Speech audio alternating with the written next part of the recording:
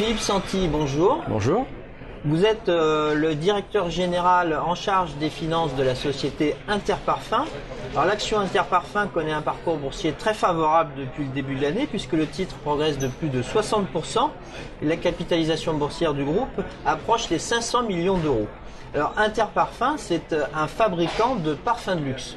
Absolument. Nous développons, nous créons, nous développons et nous distribuons des parfums pour des marques qui ne veulent pas s'en occuper directement. La première du portefeuille qui fait à peu près 60% de l'activité, c'est Burberry. Et nous avons d'autres marques comme Van Cleef, Lanvin, Paul Smith ou plus récemment Montblanc et Jimmy Choo. Alors Interparfums vient de publier un chiffre d'affaires trimestriel record à 85 millions d'euros en hausse de près de 17%. Sur 9 mois, l'activité progresse de plus de 21%. Et vous venez de rehausser vos objectifs de croissance et de résultats pour 2010. Absolument, et pour la troisième fois, puisque nous avons démarré l'année sur un budget à 265 millions d'euros, que nous avons révisé au mois de septembre lors de la publication des résultats semestriels à 280. Nous sommes maintenant sur un objectif à 295 millions. Alors il est vrai que le marché et les autres marques fonctionnent plutôt bien également est plutôt porteur. Le marché des parfums et cosmétiques, on pense qu'il augmente mondialement parlant de 3-4% cette année, donc une très bonne année. Mais nous, on fait encore mieux. On a des parts de marché qui augmentent et on a de la croissance sur pratiquement toutes nos lignes. Et y compris en termes de rentabilité, vous avez l'objectif d'améliorer cette rentabilité. Absolument, c'est pas l'objectif principal. L'objectif, c'est de développer les parts de marché, mais la rentabilité qui est plutôt élevée chez nous, puisqu'on parle à peu près de 13% de marge opérationnelle, 13,5%, est plutôt élevée. Et si on peut l'améliorer, bien évidemment, on le fera. Alors, qu'est-ce qui tire votre marché? Je crois qu'il y a les pays émergents notamment. Alors c'est vrai, c'est incontestable. On a maintenant une activité, on est présent sur ces marchés depuis assez longtemps, notamment la Chine, la Russie. Sur la Chine, par exemple, c'est notre 4e marché cette année. La Russie, c'est le 6e. Après, malheureusement, une année 2009 difficile, ça va mieux cette année. Mais évidemment, ces marchés-là sont importants. Mais les marchés européens fonctionnent plutôt bien, puisqu'aux 9 mois, on est à plus 14 en Europe de l'Ouest et à plus 14 en Amérique du Nord. Alors, il y a également le marché indien qui se développe. Se développe, c'est encore un petit marché, on a encore des petits chiffres, c'est encore un marché qui est difficile pour une simple raison, c'est qu'en termes de distribution, c'est pas du tout un réseau organisé comme peut l'être maintenant la Chine avec des grands magasins gigantesques, donc c'est encore embryonnaire. Alors pour l'année prochaine, vous devriez continuer à avoir une croissance à 2 chiffres. Alors on l'a annoncé il y a 2 jours dans un communiqué sur nos objectifs. On envisage une croissance supérieure à 10% l'année prochaine, qui sera drivée éventuellement par 3 choses. La première, c'est que nous avons des lancements sur des marques que nous avons signées il n'y a pas très longtemps. En l'occurrence, d'un côté Jimmy Choo, une marque féminine plutôt fashion, sur laquelle nous sortons au mois de janvier une ligne féminine. Et la marque Montblanc, qui est une marque plus classique, qui appartient au groupe Richemont, qui est plutôt une marque masculine. Et nous aurons un lancement au mois de mars. Et évidemment, troisième élément, c'est Burberry, qui devrait dépasser selon nous les 200 millions d'euros l'année prochaine sur l'ensemble de l'année.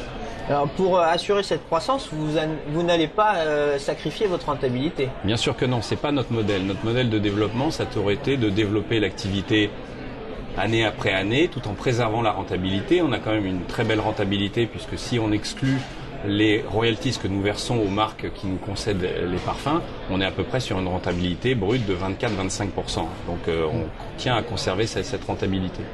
Alors pour l'exercice prochain, vous allez changer de distributeur aux États-Unis.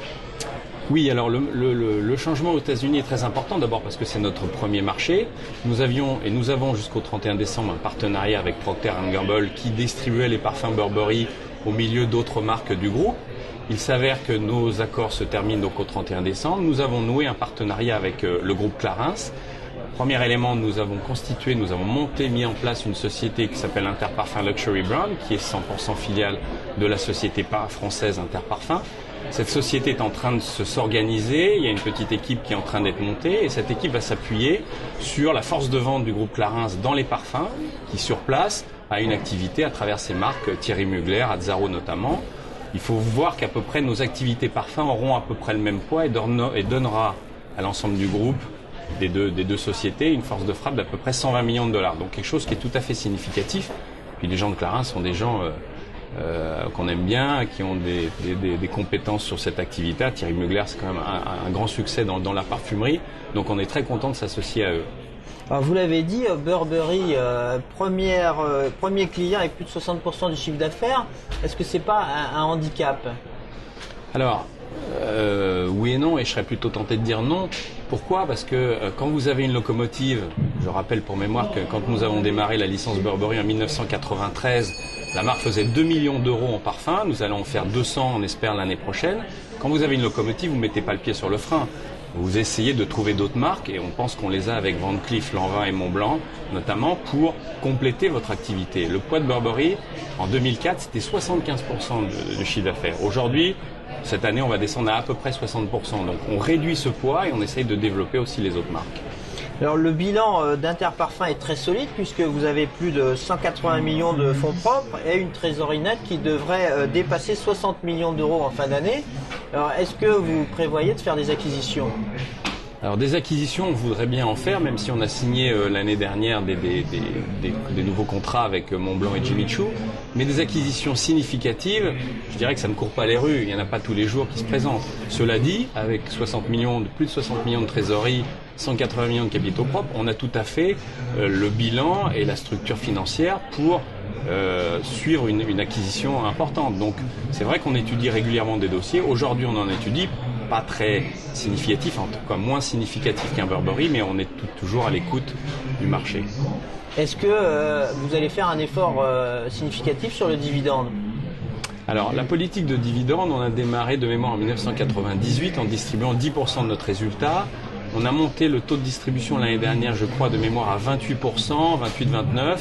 Je pense que à court, moyen terme, peut-être à 2-3 ans, on a vocation à distribuer un tiers de nos résultats. 2 tiers restera en tant que trésorerie pour justement accumuler la trésorerie et un tiers sera distribué aux actionnaires.